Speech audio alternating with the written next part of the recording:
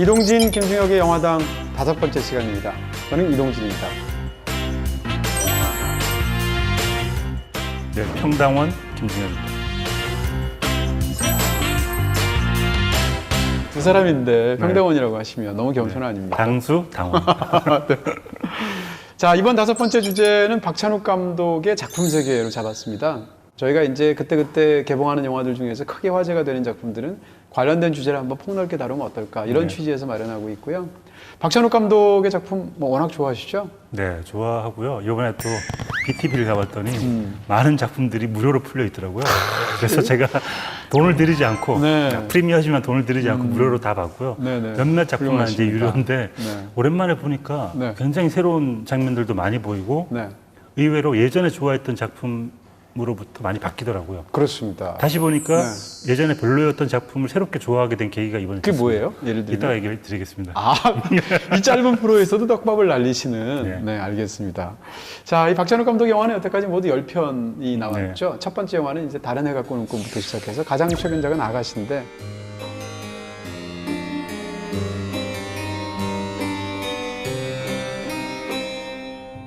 박찬욱 감독은 지금 뭐 국제적으로 가장 명성이 높은 대한민국 감독 중에 한 분이라고 네. 말씀드릴 수 있을 것 같고요. 거의 믿고 보는 박찬욱 감독님이라는 말이 맞을 것 같고, 그렇죠? 그리고 늘 새로운 작품을 낼 때마다 기대하게 되는 뭔가 있는 것 같아요, 뭔가가. 그렇습니다.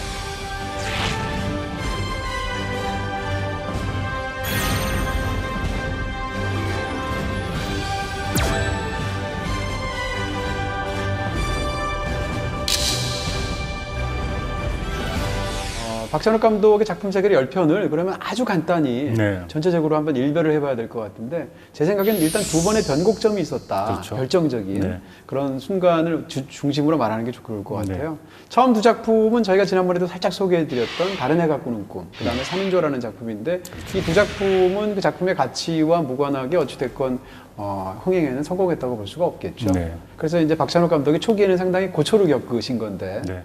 네, 그리고 나서 세 번째 작품으로 만들게 된 게 바로 그 유명한 공동경비구역 JSA입니다. 네, 이 작품이 바로 그 전에 쉬리라는 작품이 있었죠. 근데 쉬리가 나올 때 어떤 얘기가 있었냐면, 남북 통일이 되기 전까지는 이 스코어는 깨질 수가 없다 라고 말할 정도로 어마어마하게 성공을 했는데, 네. 그 말이 무색하게 바로 다음 해에 공동경비구역 JSA 그 순위를 넘어섰죠. 네.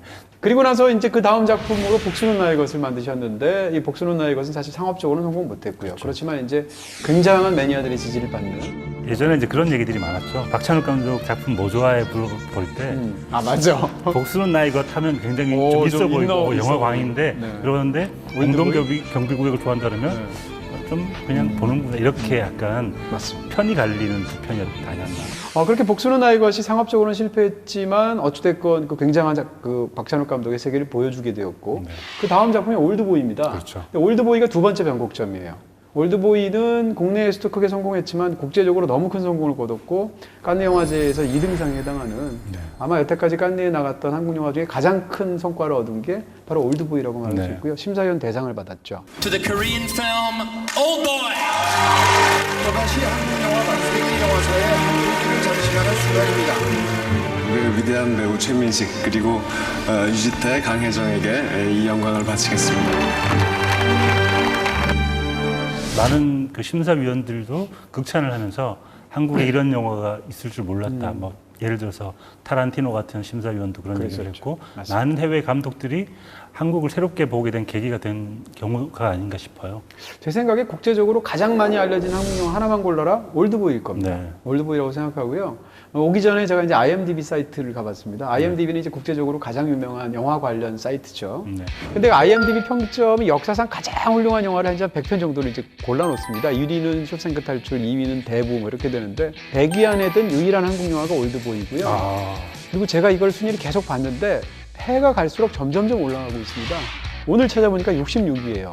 66위도 엄청난 숫자인데 67위, 68위가 뭐냐? 67위 신인 K, 68위 북북스러 진로를 돌려라. 히치콕과 오슨웰즈 사이에 누르고 그 위에가 66이에요. 어찌됐건 국제적으로 영화를 좋아하는 사람들 사이에서 올드보이가 어떤 위치에 있는지를 보여주는 그런 하나의 예시라는 측면에서 굉장히 놀라운 부분이 있습니다. 네. 이 올드보이의 성공으로 박찬욱 감독이 어디 외국 영화제 같은 데 가서 사인 받을 때 진풍경이 생긴 거 아세요? 아니요. 사람들이 장도리를 갖고 와서 사인 받는데요. 장도리 위에다. 근데 그 풍경을 한번 생각해 보세요. 막 스웨덴, 막 노르웨이 이런 데 가면 이제 거한들이지 않습니까? 근육 뭐 대단하신 분들이 장도리 쫙 들고 이러면서 사인 받으려고 줄 서 있는 풍경을 한번 상상해 보세요.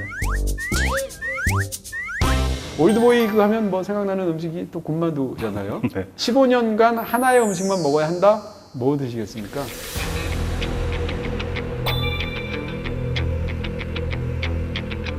저는 냉면이죠. 냉면, 네. 함흥, 평양, 평양냉면이죠. 물냉. 냉면을 무조건 평양냉면이죠. 건냉면이라고 또 있습니다. 건냉면이 뭐냐면요. 평양냉면 중에 얼음을 섞지 않는 국물이 미지근한 냉면을 건냉면이라고 하거든요. 오. 근데 그게 이제 네. 겨울에는 너무 차가울 수 있으니까 네네. 건냉면을 먹고 네. 이렇게 1년 내내 먹을 수 있죠, 저는.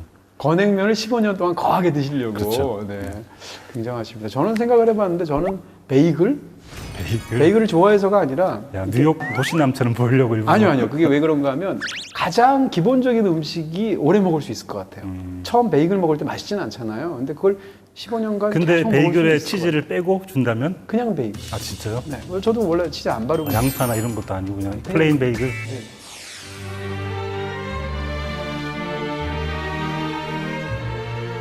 원래는 이게 군만두가 아니고 짜장면이었다는 유명한 하더라고요. 얘기가 있죠. 근데 네. 감독님께서 짜장면은 이상하게 입에 묻는 게 싫어가지고 워낙 깔끔하시니까. 무조건 예뻐야죠. 그렇죠. 일단 예뻐야죠. 아직 쉽지도 않았다. 자, 그렇게 해서 올드보이 이후는 이제 박찬욱 감독은 국제적으로 뭐 너무 큰 명성을 갖게 된 스타 감독 중에 스타 감독이 됐죠. 그 다음 나온 작품이 소위 복수 3부작의 마무리라고 할 수 있는 친절한 금자씨. 친절한 금자씨로 이제 그 3부작의 대미를 장식했고요. 그리고 나서 나온 것이 그 사이보그지만 괜찮아. 그리고 그 다음에 제 세 번째 변곡점이라고 말할 수 있는 지점이 생깁니다. 바로 처음으로 할리우드에 가서 미국 영화를 연출하게 됐죠. 그 영화가 바로 스토커인데 그 직전에 박쥐라는 영화가 있었죠. 자, 이렇게 또 NG를 빼먹는 줄 살짝 알았는데 넘어가는 약간 네. 뭐랄까 플래시백 같은 건가요? 플래시백이죠, 일종의. 네. 네, 방송도 플래시백으로 하는. 저는 여기에서 되게 중요한 지점이 있는 것 네. 같은데요. 사이보그지만 괜찮아를 열외로 생각을 한다고 치면 네. 모든 작품들의 작용 반작용이 작용을 하는데 원작이 있느냐 없느냐도 사실 계속 반복이 돼요. 아, 그렇군요. 공동경비구역에는 원작이 있죠. 그리고 나서 복수는 나의 것은 원작이 없죠. 오리지널 시나리오인데 올드보이는 원작이 있고 친절한 금자씨는 아니고 그러네요. 박쥐는 원작이 있고 네. 다시 스토커는 원작이 없는 없고. 네, 그리고 다시 또 아가씨는 원작이 있네요. 그렇죠. 그래서 저는 이게 박찬욱 감독의 작품 세계를 이루는 중요한 요소인 것 같은데 이따도 말씀드리겠지만 작용과 반작용을 계속 반복하는 스스로 네. 지루한 걸 못 참는 그러신 것 어떤 같아요. 감독의 특징이 아닌가라는 네. 생각이 들어요. 지금 말씀한 게 굉장히 재밌는 포인트인데 그것은 이제 우리 그 영화당에서 가장 인기 있는 코너를 하고 나서 네. 집중적으로 다뤄보는 걸로. 그 코너 이름이 뭐죠? 직접 1분 브리핑이죠. 뻔뻔하다. 네, 오늘도 어김없이 돌아온 1분 브리핑. 네. 박찬욱의 네이밍 센스라고 제 이름을 지어봤는데요. 네이밍 센스. 위에 있는 파란색은 박찬욱 감독님의 재치를 볼 수 있는 네. 그리고 아. 아래쪽은 그의 진지함을 볼 수 있는 나눴고요. 네. 찬물 더운 물이죠. 네. 이쪽은 이제 파킹 찬스라고 네. 그 동생인 박찬경 감독과 씨와 함께 박찬경 만든 씨. 건데 이걸 만드시면서 그렇게 얘기했더라고요. 틈만 나면 들이대겠다.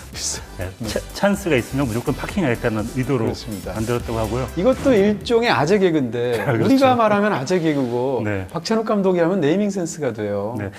전 아재 개그 꼭 하고 싶은 말이 있는데 네. 아재 개그를 하고 네. 혼자 웃고 그러지 않으면 아재 개그 아니에요. 자기가 안 웃고 시크하게? 그렇죠. 시크하게 그냥 이렇게 하면 아. 아재 개그 아닐 수 있기 때문에 저희도 네. 앞으로 웃지 말고. 알겠습니다. 네. 그 반대편에 모호필름이라는 게 있습니다. 모호필름은 박찬욱 감독의 영화 세계를 보여줄 수 있는데 박찬욱 감독의 제작사 이름이죠? 그렇죠. 모호해야 한다. 약간 너무 분명한 것보다는 모호한 세계를 탐구하고 싶다라는 어떤 그의 의지가 담겨 있는 게 아닌가 싶고요. 나루세 과자점은 당연히 나루세 미키오라는 일본의 영화 감독을 인용한 거고요. 뭐 친절한 금자씨에 나오는 그 과자점 이름이죠. 그렇죠.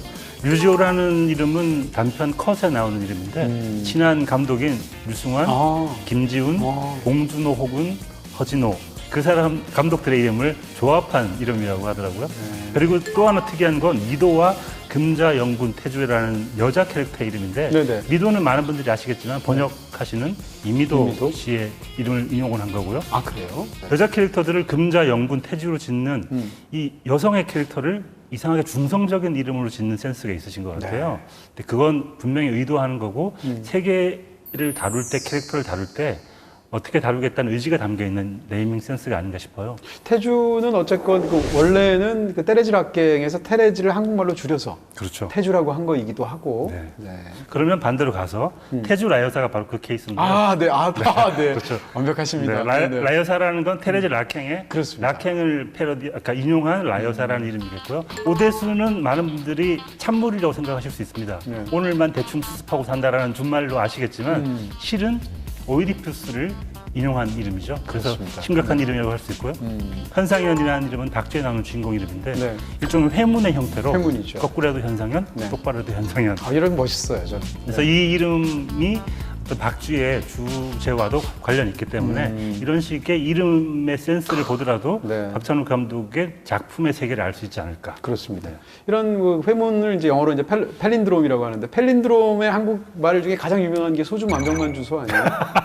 거꾸로 해도 소주 만병만 주소. 웃지 않으면 아재 개가 아니라고 아까. 옆에 사람이 웃었으니까 괜찮죠. 아, 그럼 괜찮은 건가요? 네. 네. 아, 네. 현상현이라는 아름다운 이름에 이어서 소주 만병만 주소. 네.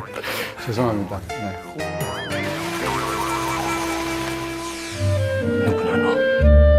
너나 잘하세요.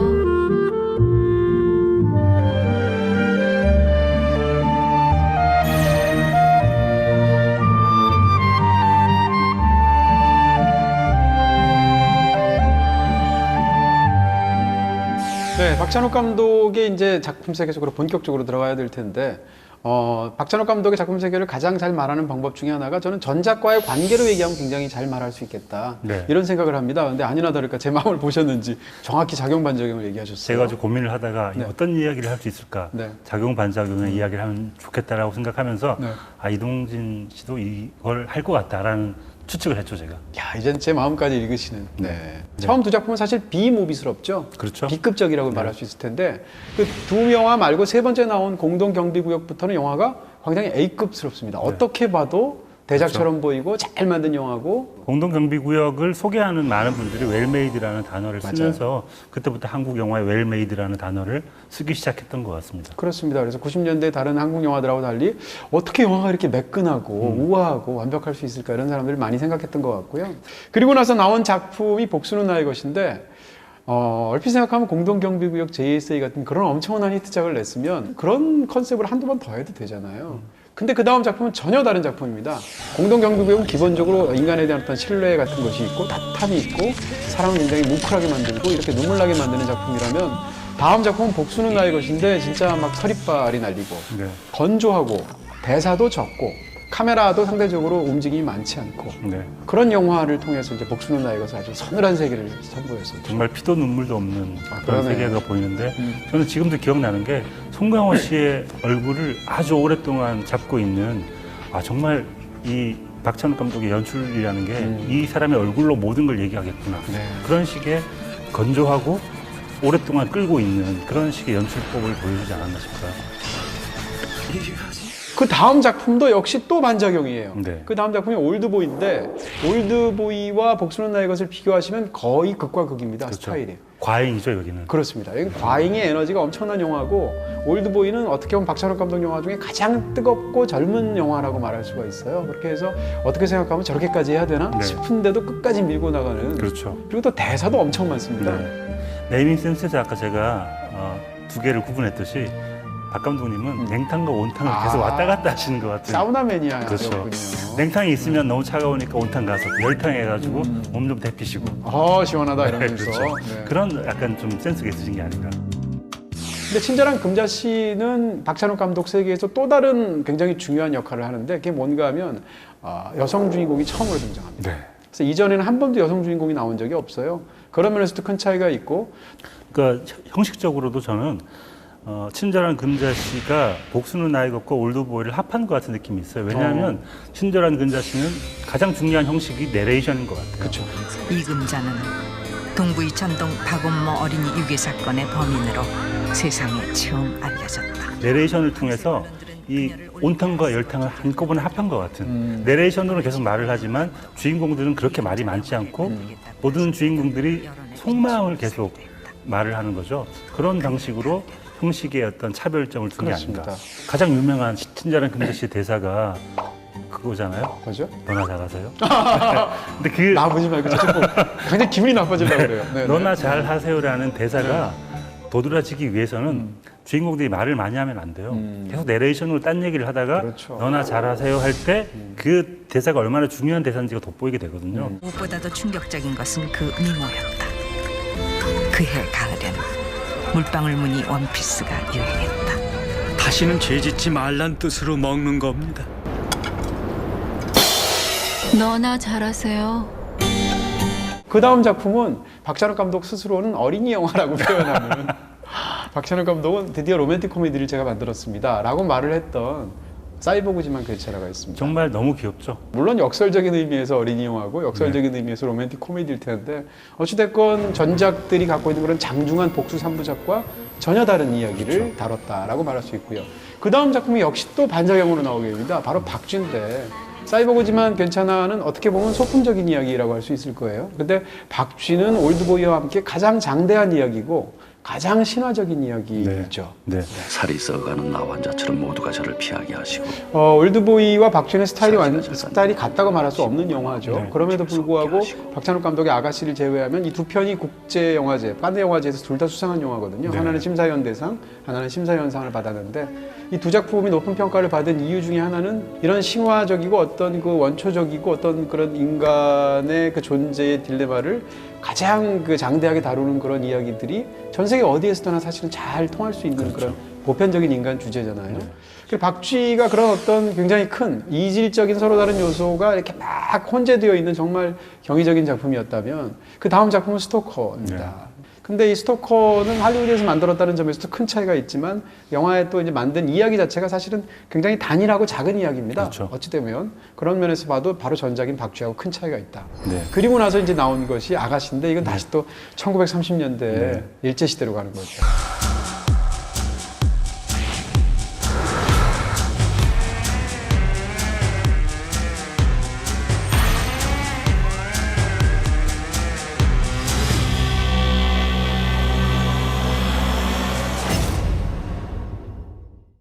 자, 이제는 박찬욱 감독의 그 작품 세계에서 주인공들이 어떤 사람들인가, 인물들 간의 관계는 어떤가 이런 걸 짧게 또 얘기할 수 있을 것 같아요. 네. 가장 큰 변화는 친절한 금자씨를 기점으로 생겨났는데 금자씨 이전의 영화는 전부 다 가장 중요한 주인공은 남자입니다. 그렇죠. 근데 금자씨 이후에는 박쥐를 제외하면 모든 영화가 다 여성 주인공이에요. 네. 그런 면에서도 큰 차이가. 대부분 영화들이 제가 보기에는 여성 캐릭터가 다 살린 것 같다는 생각이 들어요. 만약에 박쥐에 김옥빈이라는 그 배우, 그 캐릭터가 없었다면 어땠을까 생각해 보면 네. 그 존재가 어마어마하거든요. 김옥빈 씨의 최고작이죠, 현재까지. 네, 네. 그 특히 이제 저는 그 마작하는 장면 좋아하는데 그 테이블에서 방금 전에 두 사람이 관계를 가지려다가 못 가지죠. 그래서 끊어진 상태에서 안타까움이 있는 상태에서 올라와서 마작을 하는데 사실은 마작에 관한 말을 하고 있는 것처럼 보이지만 둘의 육체 관계를 얘기하고 있는데 그때 김옥빈 씨가 고개 돌리면서 나? 내가? 나 잘해.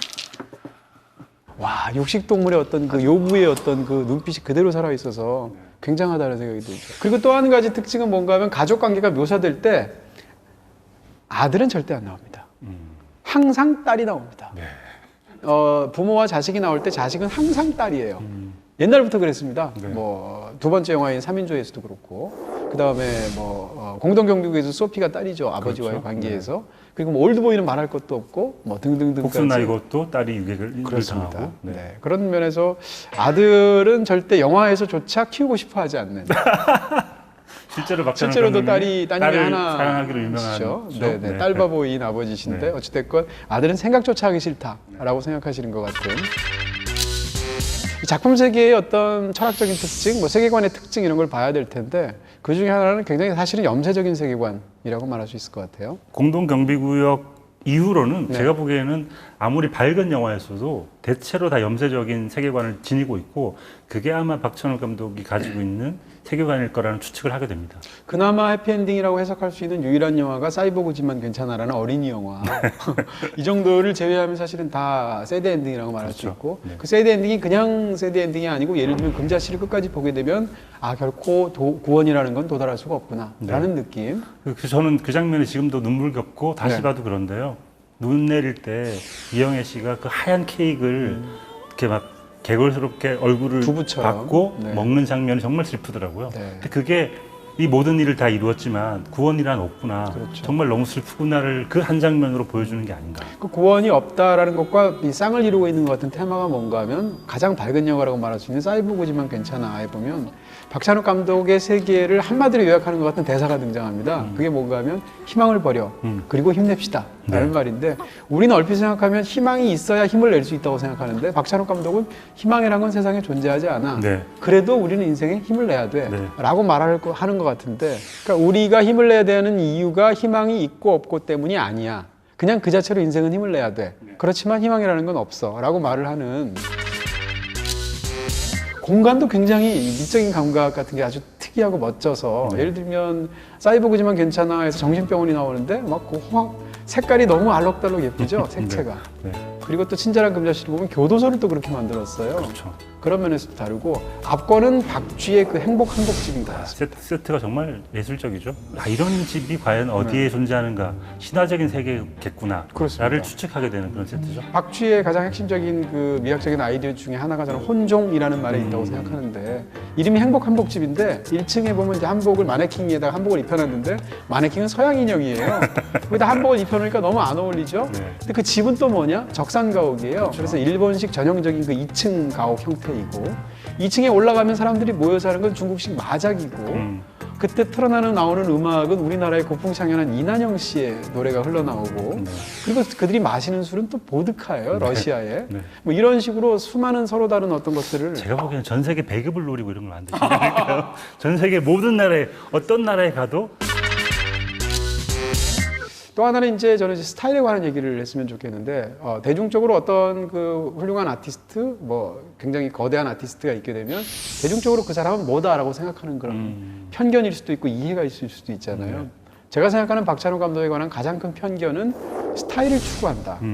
라는 편견인 것 같습니다. 이게 그 유명한 대사 있잖아요. 친절한 금자씨의 뭐든 예뻐야 돼. 푸짐하게 잘 싸지면 그만 아니냐? 예뻐야 돼. 뭐든지 예쁜 게 좋아. 박찬욱 감독이 화려한 스타일을 영화에 따라서 보인다라는 건 사실입니다. 그렇지만 이 스타일을 보이기 위해서 영화를 꾸미는 게 아니라 그 스타일은 철저히 그 영화가 말하고자 하는 주제라든지 테마라든지 이런 것들하고 핵심적으로 맞닿아 있다는 얘기를 분명히 드릴 수 있겠다는 건데. 제가 이제 떡밥을 수거할 때가 된 것 같은데 아까 뭐예요? 다시 보니까 예전에 별로였던 작품을 새롭게 좋아하게 된 계기가 이번 그게 뭐예요? 예를 들면. 이따가 얘기를 드리겠습니다. 이 짧은 프로에서도 떡밥을 날리시는. 제가 예전에 박쥐를 처음 봤을 때 이 영화는 너무 양식적이고 도식적이거나 이야기가 너무 형식적인 게 아닌가라는 생각을 했었어요. 그래서 너무 좀 비주얼에 중심을 두신 것 같다는 생각을 했었는데 다시 봤는데 전혀 그렇지 않더라고요. 그래서 박쥐라는 작품은 얼마나 이야기가 충실한지 그리고 그 자잘한 유머 감각들 이 모든 것들을 포함해서 양식화되어 있다는 저의 편견 같은 거였더라고요. 그래서 그렇습니다. 다시 보니까 박쥐가 완전히 다르게 보이는데 이것은 영화를 두 번 봤을 때 다시 느껴지는 어떤 발견인 것 같아요. 어떻게 보면 스타일이 철저할 정도로 이야기나 주제에 봉사하고 있다라고 볼 수도 있을 네. 것 같고요. 예를 들어서 박쥐에 이런 게 있습니다. 박쥐는 결국 뭐에 관한 얘기냐? 그것은 신부가 뱀파이어 또는 바닥으로 전락하는 이야기라고 할 수 있거든요. 근데 영화에서 보면 그 높이를 뛰어내릴 때와 뛰어오를 때를 어떻게 다루냐를 한번 비교해서 보시면 굉장하다는 느낌이 듭니다. 첫 번째로 옥상에서 이제 그 태주가 현상현한테 당신이 그렇게 굉장한 능력을 가졌다는데 한번 보여달라라고 하니까 그걸 아는 상태에서 뛰어내리게 되는데 그 장면은 그 뛰어내리는 쾌감을 강조하는 방식으로 찍었어요. 근데 그 장면 바로 다음에 뛰어내리자마자 태주가 현상현을 딱 보면서 위로 올려달라는 듯이 이번에 고개를 딱 하는데 그 다음은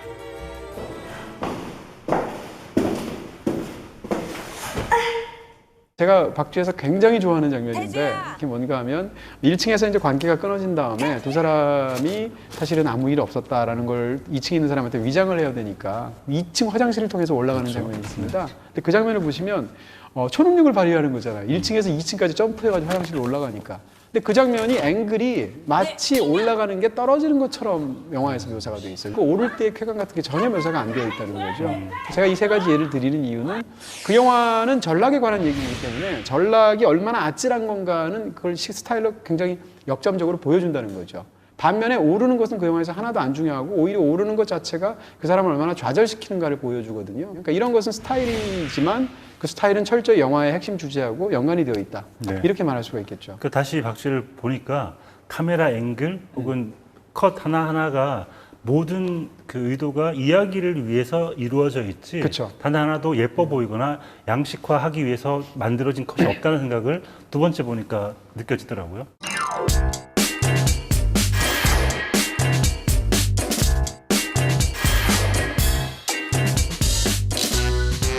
자, 이제 그러면 가장 좋아하는 장면, 그 다음에 가장 좋아하는 영화를 한 편씩 골라야 될 텐데 네. 걱정되시겠어요? 네. 저는 가장 좋아하는 영화는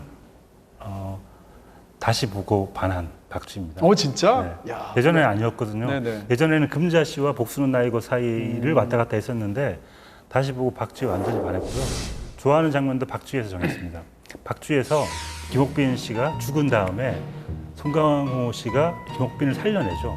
이게 피를 네. 같아? 똑같아? 똑같네. 아, 괜찮아요. 똑같으면 좋죠. 그 자기의 피를 그 김옥빈 씨에게 떨궈주고 뭐랄까 피가 돌게 만드는 압력의 작용으로 그걸 하는데 우로보로스 같은 뱀의 자기의 꼬리를 물고 있는 그런 형상인데 완벽한 세계가 이루어졌다라는 어떤 신화적인 이야기면서 이 한 여자를 살리기 위한 그 신부의 어떤 애절함도 느껴지고 그 장면을 딱 보는데 아 이건 정말 완벽한 장면이구나라는 생각이 들었습니다. 우리가 이런 적은 없잖아요. 네, 없었는데. 작품과 장면까지 겹친 적은 없는데 저도 그 장면을 꼽으려고 했던 이유 중에 하나가 거기서 이제 모든 게 다 들어있어요. 그 장면. 네. 일단 굉장히 표현도 강하지만 특히 이제 그 상대의 피를 보는 순간 처음에는 내가 이 여자를 죽이고 말았구나 하고 슬퍼서 울다가 피를 보는 순간 저절로 흡혈을 하게 되고 심지어는 상대를 이렇게 올라타서 위에서 이렇게 피를 빨아먹을 때 그것을 부광으로 찍는 샷이 있습니다. 저는 그게 무시무시하다고 생각하는데요. 근데 그 얘기를 해버리셨으니까 저는 다른 걸 골라야 된다면 저도 역시 박쥐가 박찬욱 감독의 최고작이라고 현재까지는 생각을 하고요. 그 다음에 장면 하나 꼽는다면 그걸 빼고 얘기하면 마지막 라스트 씬. 저도 그 얘기 사실 영종도에서 찍었어요. 둘 중에 하나. 오늘 왜냐하면 도플갱어 같아. 마지막에 네. 대사가 몇 분 동안 없어요. 그러니까요. 죽으려는 송강호와 어떻게든 살아남으려는 김옥빈 씨의 그 약간 슈퍼히어로물 같은 앵글도 있고요. 네, 약간 신화 같기도 그렇죠. 하고. 그 장면이 계속 이어지는데 와 정말 대단한 장면이라는 생각을 했는데 네. 그 장면 자체가 단편 영화 같기도 하고 네. 맨 마지막에 딱 운동화에서 결국은 신발이 툭 떨어질 때 그 느낌까지 정말 훌륭한 라스트 씬이라고 생각합니다. 자, 그럼 이렇게 해서 처음으로 우리가 의견 합의를 본 건가요? 네. 영광입니다. 네. 네. 영화당이 이제 네. 어떤 좀 합당할까요? 네, 좋을 것 같은데. 자, 이렇게 해서 5번째 영화당 시간 박찬욱 감독의 작품 세계에 대해서 다뤄봤습니다. 오늘 다룬 영화들은 BTV에서 직접 영화의 전체를 관람하실 수가 있습니다. 자, 저희는 다음 주에 뵙도록 하겠습니다. 감사합니다.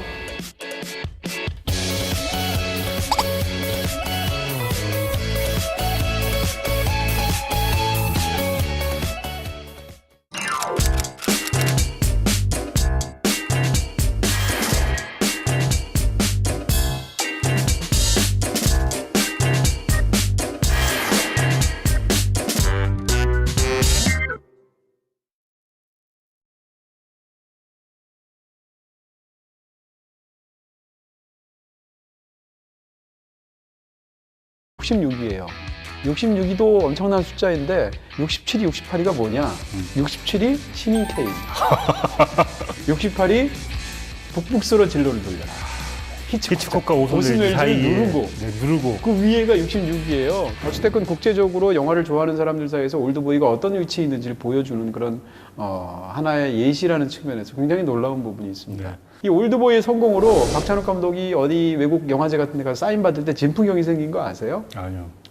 사람들이 장도리를 갖고 와서 사인 받는데요. 장도리 위에다. 근데 그 풍경을 한번 생각해 보세요. 막 스웨덴, 막 노르웨이 이런 데 가면 이제 거한들이지 않습니까?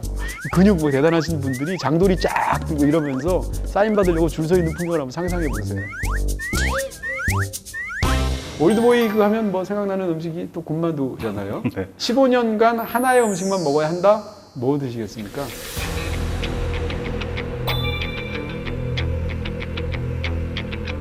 저는 냉면이죠. 냉면, 함흥, 평양, 평양냉면이죠. 비빔, 물냉. 냉면을 무조건 평양냉면이죠. 건냉면이라고 또 있습니다. 건냉면이 뭐냐면요. 평양냉면 중에 얼음을 섞지 않는 국물이 미지근한 냉면을 건냉면이라고 하거든요. 근데 그게 이제 네. 겨울에는 너무 차가울 수 있으니까 네네. 건냉면을 먹고 네. 이렇게 1년 내내 먹을 수 있죠, 저는. 건냉면을 15년 동안 거하게 드시려고. 그렇죠. 네.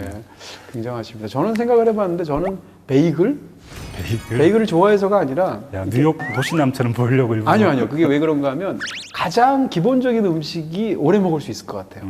처음 베이글 먹을 때 맛있진 않잖아요. 근데 그걸 15년간 근데 계속 먹을 베이글에 수 있을 치즈를 빼고 준다면? 것 같아요. 그냥 베이글. 아, 진짜요? 네. 저도 원래 치즈 안 바르고 양파나 이런 것도 아니고 그냥 플레인 베이글? 네.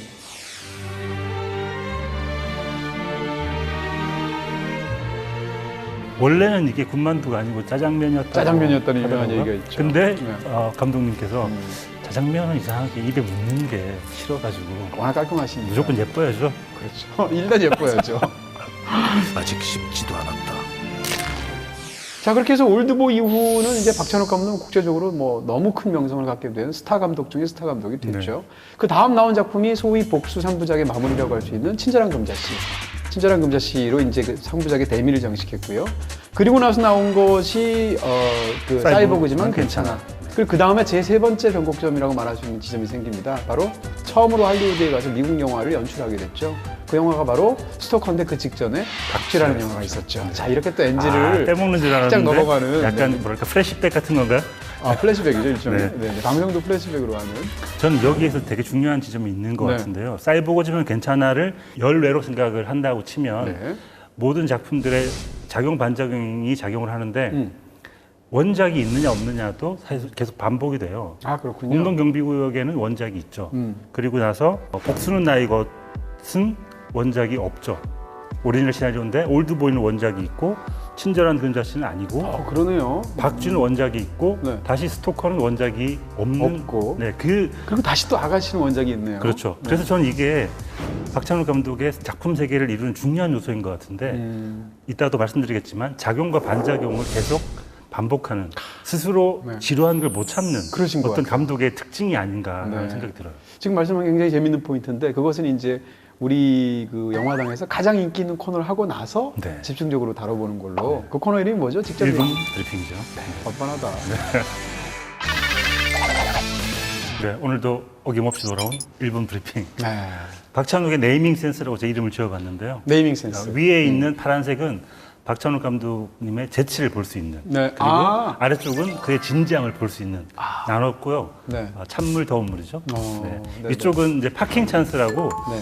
그 동생인 박찬경 감독과 씨와 함께 박찬경 만든 씨. 건데 이걸 만드시면서 그렇게 얘기했더라고요. 틈만 나면 들이대겠다. 네. 찬스가 있으면 무조건 파킹하겠다는 의도로 그렇습니다. 만들었다고 하고요. 이것도 일종의 아재 개그인데 그렇죠. 우리가 말하면 아재 개그고 네. 박찬욱 감독이 하면 네이밍 센스가 돼요. 네.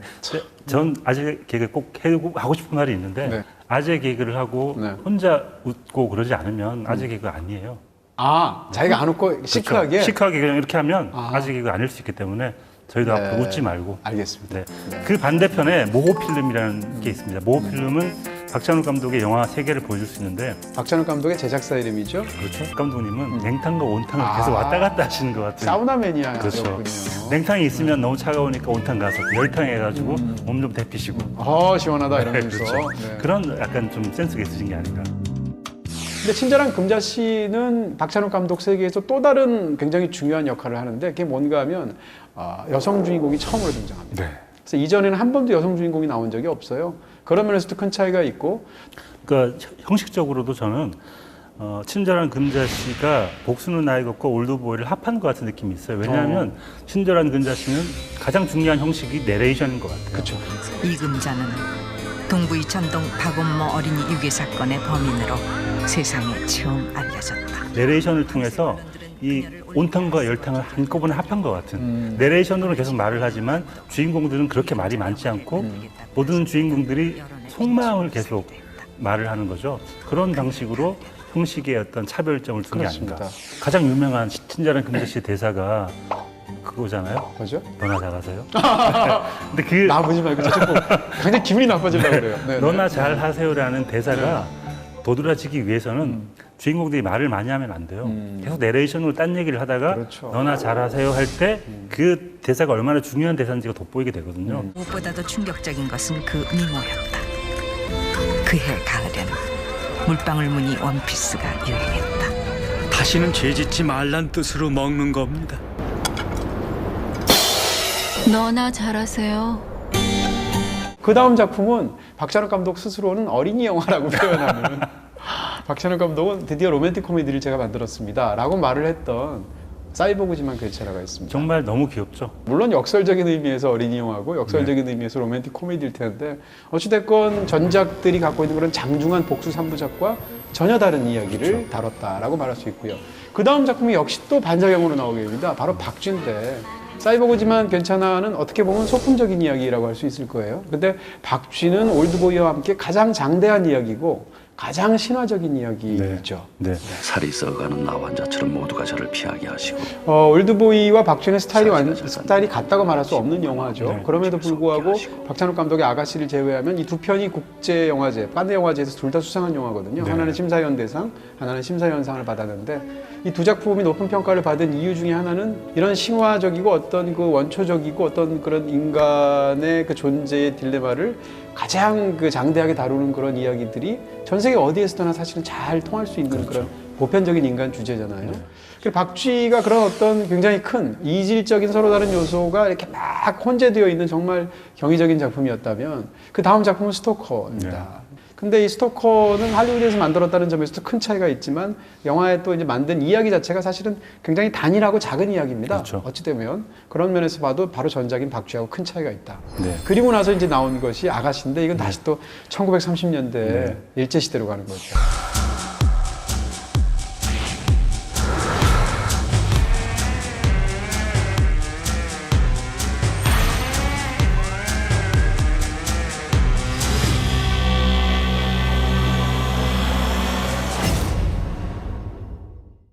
자, 이제는 박찬욱 감독의 그 작품 세계에서 주인공들이 어떤 사람들인가, 인물들 간의 관계는 어떤가 하는 걸 짧게 또 얘기할 수 있을 것 같아요. 네. 가장 큰 변화는 친절한 금자씨를 기점으로 생겨났는데 금자씨 이전의 영화는 전부 다 가장 중요한 주인공은 남자입니다. 그렇죠. 근데 금자씨 이후에는 박쥐를 제외하면 모든 영화가 다 여성 주인공이에요. 네. 그런 면에서도 큰 차이가. 대부분 영화들이 제가 보기에는 여성 캐릭터가 다 살린 것 같다는 생각이 들어요. 만약에 박쥐에 김옥빈이라는 그 배우, 그 캐릭터가 없었다면 어땠을까 생각해 보면 그 존재가 어마어마하거든요. 김옥빈 씨의 최고작이죠, 현재까지. 네. 그 특히 이제 저는 그 마자칸의 장면 좋아하는데 그 테이블에서 방금 전에 두 사람이 관계를 가지려다가 못 가지죠. 그렇죠. 그러다 끊어진 상태에서 안타까움이 있는 상태에서 올라와서 마작을 하는데 사실은 마작에 관한 말을 하고 있는 것처럼 보이지만 둘의 육체 관계를 얘기하고 있는데 그때 김옥빈 씨가 고개 돌리면서 나? 내가? 나 잘해. 와, 육식동물의 어떤 그 요부의 어떤 그 눈빛이 그대로 살아있어서 굉장하다는 생각이 들죠. 그리고 또 한 가지 특징은 뭔가 하면 가족 관계가 묘사될 때 아들은 절대 안 나옵니다. 항상 딸이 나옵니다. 부모와 자식이 나올 때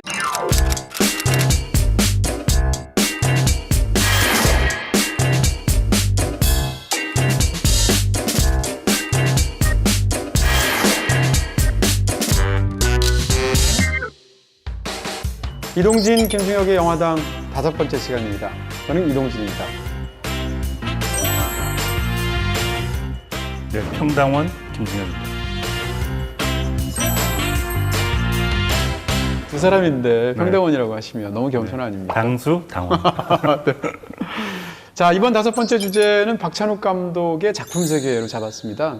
저희가 이제 그때그때 개봉하는 영화들 중에서 크게 화제가 되는 작품들은 관련된 주제를 한번 폭넓게 다루면 어떨까 이런 취지에서 마련하고 있고요. 박찬욱 감독의 작품 워낙 좋아하시죠? 네, 좋아하고요. 이번에 또 BTV를 가봤더니 많은 작품들이 무료로 풀려 있더라고요. 그래서 제가 돈을 들이지 않고 네. 프리미엄이지만 돈을 들이지 않고 무료로 다 봤고요. 네네. 몇몇 작품만 이제 훌륭하십니다. 유료인데 네. 오랜만에 보니까 네. 굉장히 새로운 장면들도 많이 보이고 네. 의외로 예전에 좋아했던 작품으로부터 많이 바뀌더라고요. 그렇습니다. 다시 보니까 네. 예전에 별로였던 작품을 새롭게 좋아하게 된 계기가 이번에 그게 있었습니다. 뭐예요? 예를 들면? 이따가 얘기를 드리겠습니다. 아, 이 짧은 프로에서도 떡밥을 날리시는. 네. 네, 알겠습니다. 자, 이 박찬욱 감독 영화는 여태까지 모두 10편이 나왔죠. 네. 첫 번째 영화는 이제 다른 해 갖고 오는 꿈부터 시작해서 가장 최근작은 아가씨인데,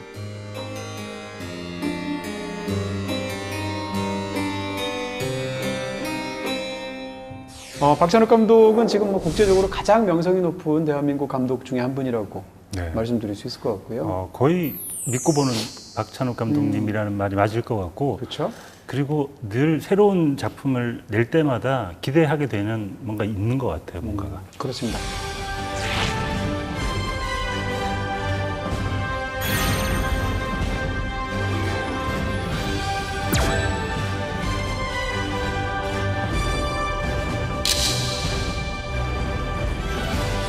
박찬욱 감독의 작품 세계를 10편을 그러면 아주 간단히 네. 전체적으로 한번 일별을 해봐야 될 것 같은데, 제 생각에는 일단 두 번의 변곡점이 있었다. 그렇죠. 결정적인 네. 그런 순간을 중심으로 말하는 게 좋을 것 네. 같아요. 처음 두 작품은 저희가 지난번에도 살짝 소개해드렸던 다른 해가 꾸는 꿈, 그 다음에 3인조라는 작품인데, 이 두 작품은 그 작품의 가치와 무관하게 어찌됐건 흥행에는 성공했다고 볼 수가 없겠죠. 네. 그래서 이제 박찬욱 감독이 초기에는 상당히 고초를 겪으신 건데, 네.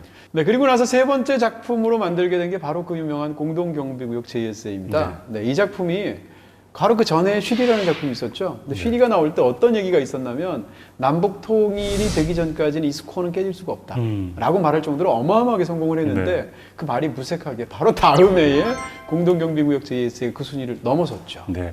그리고 나서 이제 그 다음 작품으로 복수는 나의 것을 만드셨는데, 이 복수는 나의 것은 사실 상업적으로는 성공 못했고요. 그렇지만 이제 굉장한 매니아들의 지지를 받는. 예전에 이제 그런 얘기들이 많았죠. 박찬욱 감독 작품 뭐 좋아해 볼 때 아, 맞아. 복수는 나이 것 하면 굉장히 오, 좀 있어 좀 보이고 있어 영화 광인데 네. 그러는데 공동경비구역을 좋아한다 그러면 좀 그냥 보는구나 이렇게 약간 맞습니다. 편이 갈리는 두 편이었지 않나. 그렇게 복수는 나의 것이 상업적으로는 실패했지만 어찌됐건 그 굉장한 그 박찬욱 감독의 세계를 보여주게 되었고, 네.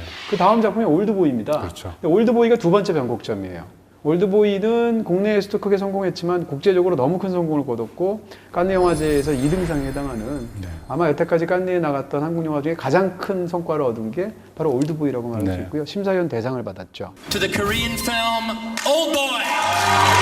또다시 한국 영화가 세계 영화사의 한 페이지를 장식하는 순간입니다. 우리의 위대한 배우 최민식 그리고 유지태, 강혜정에게 이 영광을 바치겠습니다. 많은 그 심사위원들도 극찬을 하면서 한국에 이런 영화가 있을 줄 몰랐다. 뭐 예를 들어서 타란티노 같은 심사위원도 그런 얘기를 했고, 맞습니다. 많은 해외 감독들이 한국을 새롭게 보게 된 계기가 된 경우가 아닌가 싶어요.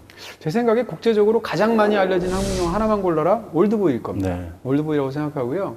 오기 전에 제가 이제 IMDb 사이트를 가봤습니다. IMDb는 이제 국제적으로 가장 유명한 영화 관련 사이트죠. 네. 근데 IMDb 평점이 역사상 가장 훌륭한 영화를 한 100편 정도를 이제 골라놓습니다. 1위는 쇼생크 탈출, 2위는 대부 뭐 이렇게 되는데, 100위 안에 든 유일한 한국 영화가 올드보이고요. 그리고 제가 이걸 순위를 계속 봤는데 해가 갈수록 점점점 올라가고 있습니다. 오늘 찾아보니까 이 자식은 항상 딸이에요.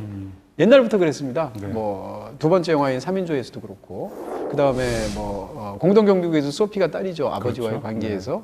그리고 뭐 올드보이는 말할 것도 없고 뭐 등등등. 복수는 나이 것도 딸이 유괴를 그렇습니다. 당하고. 네. 네. 그런 면에서 아들은 절대 영화에서조차 키우고 싶어하지 않는. 실제로 박찬욱 실제로도 감독님이 따님이 딸을 하나 사랑하기로 있으시죠. 유명한 네, 딸바보인 아버지신데, 네. 어찌됐건 아들은 생각조차 하기 싫다라고 생각하시는 것 같은. 이 작품 세계의 어떤 철학적인 특징, 뭐 세계관의 특징 이런 걸 봐야 될 텐데, 그 중에 하나는 굉장히 사실은 염세적인 세계관이라고 말할 수 있을 것 같아요. 공동경비구역 이후로는 네. 제가 보기에는 아무리 밝은 영화였어도 대체로 다 염세적인 세계관을 지니고 있고 그게 아마 박찬욱 감독이 가지고 있는 세계관일 거라는 추측을 하게 됩니다. 그나마 해피엔딩이라고 해석할 수 있는 유일한 영화가 사이보그지만 괜찮아라는 어린이 영화.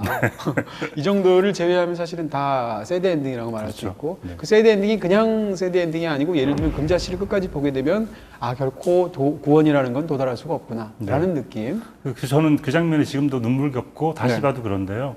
눈 내릴 때 이영애 씨가 그 하얀 케이크를 이렇게 막 개걸스럽게 얼굴을 두부처럼. 받고 네. 먹는 장면이 정말 슬프더라고요. 네. 근데 그게 이 모든 일을 다 이루었지만 구원이란 없구나. 그렇죠. 정말 너무 슬프구나를 그 한 장면으로 보여주는 게 아닌가. 그 구원이 없다라는 것과 이 쌍을 이루고 있는 것 같은 테마가 뭔가 하면 가장 밝은 영화라고 말할 수 있는 사이보그지만 괜찮아에 보면 박찬욱 감독의 세계를 한마디로 요약하는 것 같은 대사가 등장합니다. 그게 뭔가 하면 희망을 버려 그리고 힘냅시다 라는 네. 말인데 우리는 얼핏 생각하면 희망이 있어야 힘을 낼 수 있다고 생각하는데 박찬욱 감독은 희망이란 건 세상에 존재하지 않아. 네. 그래도 우리는 인생에 힘을 내야 돼 네. 라고 하는 것 같은데 그러니까 우리가 힘을 내야 되는 이유가 희망이 있고 없고 때문이 아니야. 그냥 그 자체로 인생은 힘을 내야 돼. 그렇지만 희망이라는 건 없어 라고 말을 하는 공간도 굉장히 미적인 감각 같은 게 아주 특이하고 멋져서 예를 들면 사이보그지만 괜찮아 해서 정신병원이 나오는데 막 그 색깔이 너무 알록달록 예쁘죠 색채가. 네. 그리고 또 친절한 금자씨를 보면 교도소를 또 그렇게 만들었어요. 그렇죠. 그런 면에서도 다르고 앞거는 박쥐의 그 행복 한복집인 것 같습니다. 세트가 정말 예술적이죠. 아, 이런 집이 과연 어디에 존재하는가 신화적인 세계겠구나 그렇습니다. 나를 추측하게 되는 그런 세트죠. 박쥐의 가장 핵심적인 그 미학적인 아이디어 중에 하나가 저는 혼종이라는 말에 있다고 생각하는데 이름이 행복 한복집인데 1층에 보면 이제 한복을 마네킹에다가 한복을 입혀놨는데 마네킹은 서양 인형이에요. 거기다 한복을 입혀놓으니까 너무 안 어울리죠. 네. 근데 그 집은 또 뭐냐? 적산 가옥이에요. 그래서 일본식 전형적인 그 2층 가옥 형태이고 2층에 올라가면 사람들이 모여서 하는 건 중국식 마작이고 그때 나오는 음악은 우리나라의 고풍창연한 이난영 씨의 노래가 흘러나오고 그리고 그들이 마시는 술은 또 보드카예요. 러시아에. 네. 뭐 이런 식으로 수많은 서로 다른 어떤 것들을 제가 보기에는 전 세계 배급을 노리고 이런 걸 만드시지 않을까요? 전 세계 모든 나라에 어떤 나라에 가도 또 하나는 이제 저는 이제 스타일에 관한 얘기를 했으면 좋겠는데 대중적으로 어떤 그 훌륭한 아티스트 뭐 굉장히 거대한 아티스트가 있게 되면 대중적으로 그 사람은 뭐다라고 생각하는 그런 편견일 수도 있고 이해가 있을 수도 있잖아요. 제가 생각하는 박찬욱 감독에 관한 가장 큰 편견은 스타일을 추구한다 라는 편견인 것 같습니다. 이게 그 유명한 대사 있잖아요. 친절한 금자씨의 뭐든 예뻐야 돼. 후련하게 잘 싸지면 그만 아니냐? 예뻐야 돼. 뭐든지 예쁜 게 좋아. 박찬욱 감독이 화려한 스타일을 영화에 따라서 보인다라는 건 사실입니다. 그렇지만 이 스타일을 보이기 위해서 영화를 꾸미는 게 아니라 그 스타일은 철저히 그 영화가 말하고자 하는 주제라든지 테마라든지 이런 것들하고 핵심적으로 맞닿아 있다는 얘기를 분명히 드릴 수 있겠다는 건데요. 제가 이제 떡밥을 수거할 때가 된 것 같은데 아까 뭐였나요? 다시 보니까 예전에 별로였던 작품을 새롭게 좋아하게 된 계기가 이번 그게 뭐예요? 예를 들면 이따가 얘기를 드리겠습니다. 이 짧은 프로에서도 떡밥을 날리시는.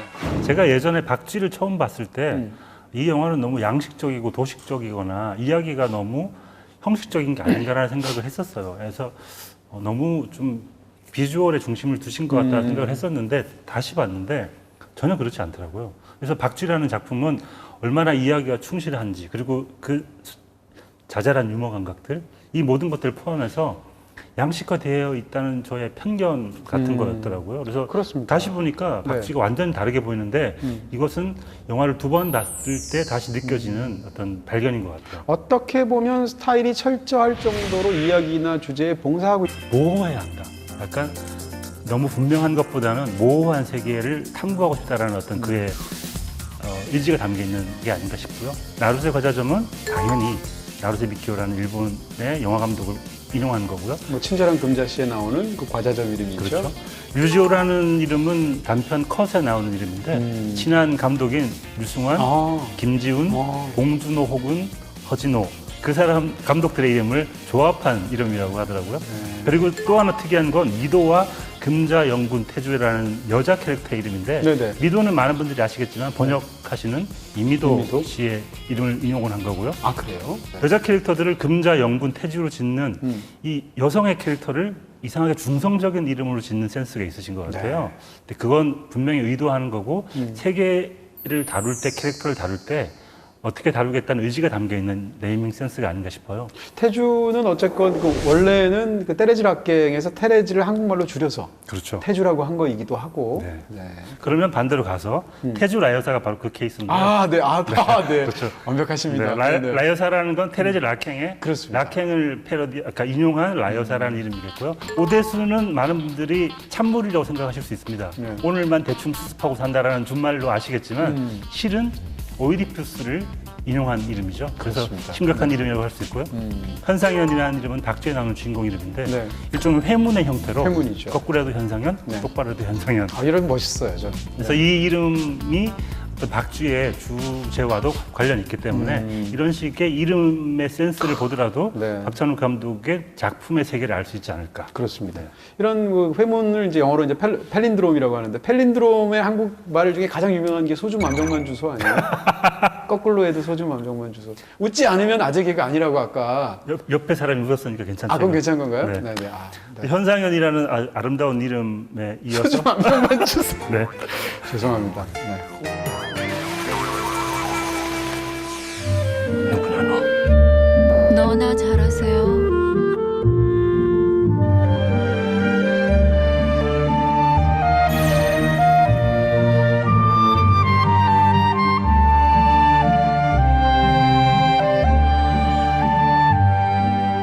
네, 박찬욱 감독의 이제 작품 세계 속으로 본격적으로 들어가야 될 텐데, 박찬욱 감독의 작품 세계를 가장 잘 말하는 방법 중에 하나가 저는 전작과의 관계로 얘기하면 굉장히 잘 말할 수 있겠다. 네. 이런 생각을 합니다. 근데 아니나 다를까 제 마음을 보셨는지 정확히 작용 반작용을 얘기하셨어요. 제가 좀 고민을 하다가 네. 어떤 이야기를 할 수 있을까? 네. 작용 반작용의 이야기를 하면 좋겠다라고 생각하면서 네. 이동진 씨도 이걸 할 것 같다라는 추측을 했죠, 제가. 야, 이젠 제 마음까지 읽으시는. 네. 처음 두 작품은 사실 B무비스럽죠. 그렇죠. B급적이라고 말할 수 있을 텐데 그 두 영화 말고 세 번째 나온 공동경비구역부터는 영화가 굉장히 A급스럽습니다. 어떻게 봐도 대작처럼 보이고 잘 만든 영화고. 공동경비구역을 소개하는 많은 분들이 웰메이드라는 단어를 맞아요. 쓰면서 그때부터 한국 영화의 웰메이드라는 단어를 쓰기 시작했던 것 같습니다. 그렇습니다. 그래서 90년대 다른 한국 영화들하고 달리 어떻게 영화가 이렇게 매끈하고 우아하고 완벽할 수 있을까 이런 사람들이 많이 생각했던 것 같고요.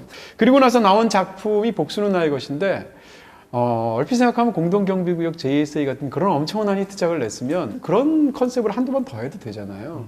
근데 그 다음 작품은 전혀 다른 작품입니다.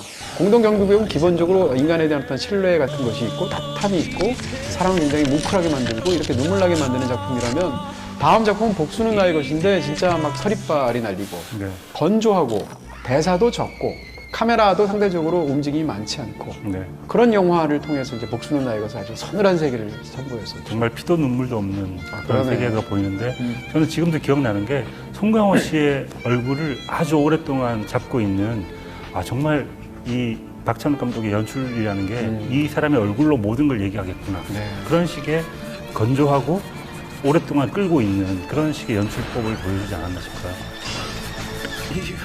그 다음 작품도 역시 또 반작용이에요. 네. 그 다음 작품이 올드보이인데 올드보이와 복수는 나의 것을 비교하시면 거의 극과 극입니다. 그렇죠. 스타일이. 과잉이죠, 여기는. 그렇습니다. 이건 과잉의 에너지가 엄청난 영화고 올드보이는 어떻게 보면 박찬욱 감독 영화 중에 가장 뜨겁고 젊은 영화라고 말할 수가 있어요. 그렇게 해서 어떻게 생각하면 저렇게까지 해야 되나 네. 싶은데도 끝까지 밀고 나가는. 그렇죠. 그리고 또 대사도 엄청 많습니다.